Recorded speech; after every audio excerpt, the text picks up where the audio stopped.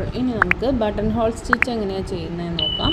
അതിനായിട്ട് ഞാൻ 2 ലൈൻസ് വരച്ചിട്ടുണ്ട്. ആ 2 ലൈൻസിൽ കുറച്ച് ഡോട്ട്സ് ഇട്ടിട്ടുണ്ട്. ABCD എന്ന് പറഞ്ഞ് പേരും ഇട്ടിട്ടുണ്ട്. അപ്പം നമ്മൾ A എന്ന് പറഞ്ഞ ഡോട്ടിൽ നിന്നാണ് സ്റ്റാർട്ട് ചെയ്യുന്നത്. അതിൽ നമ്മളൊരു ചെയിൻ എടുത്ത് കൊടുക്കാം. എന്നിട്ട് നമ്മൾ Bയിലോട്ട് പോകുന്നു. Bയിലും ജസ്റ്റ് ഒരു ചെയിൻ എടുക്കുക. അതിൻ്റെ ശേഷം നമ്മളവിടെ ലോക്ക് ചെയ്യാതെ നമ്മൾ ആ നൂലിനെ ഇങ്ങനെ താഴ്ത്തി കൊണ്ടുവരിക. ആ സമയത്ത് ഫസ്റ്റ് Aയിൽ നിന്ന് എടുത്ത ചെയിന് ഒന്ന് ലൂസായി വരും. അപ്പോൾ നമ്മൾ അതിനെ താഴേന്ന് നൂല് വലിച്ചു കൊടുക്കുക. ഈ നൂല് നമ്മുടെ നീഡിലുള്ള നൂലിനെ ജസ്റ്റ് ഈ ഒരു ഡയറക്ഷനിലോട്ടും വലിക്കുക. അപ്പോൾ നമ്മുടെ ആ ചെയിന് വന്ന് Aയിൽ തന്നെ ലോക്കാവുന്നത് കാണാൻ പറ്റും. എന്നിട്ട് നമ്മൾ നേരെ Aയിൽ വന്നിട്ട് ഒരു ചെയിനും കൂടെ എടുക്കുക. വീണ്ടും നമ്മൾ അടുത്ത പോയിന്റിലേക്ക് പോവുക. സിയിലൊരു ചെയിൻ എടുക്കുക. എന്നിട്ട് നേരെ Dയിലോട്ട് പോകുന്നു.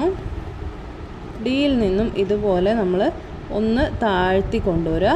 താഴെ നമ്മൾ ത്രെഡ് പിടിക്കുന്നത് ഈ നീഡിൽ പിടിച്ചതിൻ്റെ ഓപ്പോസിറ്റ് ഡയറക്ഷനിലോട്ട് വലിച്ചു കൊടുക്കുക. ആ വലിക്കുമ്പോൾ ഇത് വന്നിവിടെ ലോക്കാവും. ദെൻ നമ്മൾ സിയിൽ പോയിട്ട് ഒരു ചെയിൻ എടുത്ത് കൊടുക്കുക. ഇതിങ്ങനെ റിപ്പീറ്റായിട്ട് ചെയ്ത് കൊടുക്കുക. ഇങ്ങനെ ടൈറ്റ് ചെയ്ത് താഴെ ഓപ്പോസിറ്റ് ഡയറക്ഷനിലും ഇവിടെ ഇപ്പുറത്തേക്കും വലിച്ചു കൊടുത്ത് നമ്മളൊന്ന് ടൈറ്റ് ചെയ്ത ശേഷം ഇവിടെ തന്നെ വന്ന് ചെയിൻ ഇട്ട് കൊടുക്കാം. ആദ്യം എടുക്കുന്ന ചെയിന് അതേ പോയിന്റിൽ നന്നായിട്ട് ലോക്കായ ശേഷം മാത്രമേ നമ്മളവിടെ പോയിട്ട് ചെയിൻ എടുക്കാൻ പാടുള്ളൂ. ഇതിങ്ങനെ ലൂസായിട്ട് നിൽക്കുമ്പോൾ നമ്മളിവിടെ വന്ന് ചെയിൻ എടുക്കരുത്. അതാ പറഞ്ഞത്. ഇത് ഈ ഒരു ഡയറക്ഷനിൽ ടൈറ്റ് ചെയ്ത് വലിക്കുക. അതിൻ്റെ നേരെ ഓപ്പോസിറ്റ് ഡയറക്ഷനിൽ താഴെ നൂലും വലിച്ചു കൊടുക്കുക.